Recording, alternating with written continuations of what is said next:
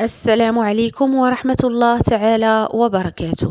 وزارة الحج والعمرة بالسعودية تعلن عن بدء التقديم أو التسجيل المبكر للحج لهذه السنة، وهذه تكاليف وشروط حجاج الداخل. قبل الخوض في التفاصيل، رجاء لا تنسونا من لايك واشتراك في القناة لكي يصلكم كل جديد، وجزاكم الله بها ألف خير.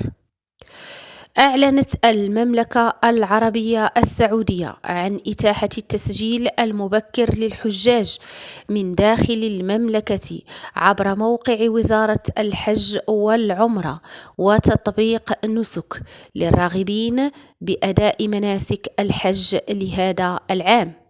وذكرت وزارة الحج والعمرة في بيان لها أن من أهم ضوابط التقديم وجود هوية وطنية للمواطنين أو هوية مقيم للمقيمين بالمملكة سارية الصلاحية إلى نهاية شهر ذي الحجة، أي يونيو، على أقل تقدير للراغبين في تأدية نسك الحج.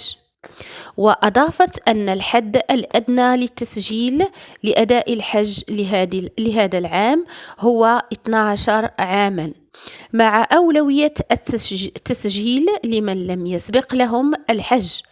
وأشارت إلى أنه في حال توفر أماكن شاغرة سيتم تضمين من سبق لهم الحج. ويستثنى من شرط الأولوية المحرم للمرأة. ويطلب من جميع المتقدمين إكمال التحصين باللقاحات الخاصة بالفيروس والإنفلونزا الموسمية، بالإضافة إلى الحصول على شهادة تطعيم سارية المفعول تثبت تلقي لقاح الحمى الشوكية الرباعي قبل القدوم إلى الحج بمدة لا تقل عن 10 أيام. وأضافت الوزارة أن باقات الحج للمواطنين والمقيمين من داخل المملكة تأتي ضمن 4 فئات متنوعة وبأسعار مناسبة، من بينها الباقة الاقتصادية التي تبدأ من 3984 ريالا. ولفتت إلى تنويع إمكانية الدفع، إما بدفع كامل المبلغ أو عبر الدفع الجزئي على 3 دفعات.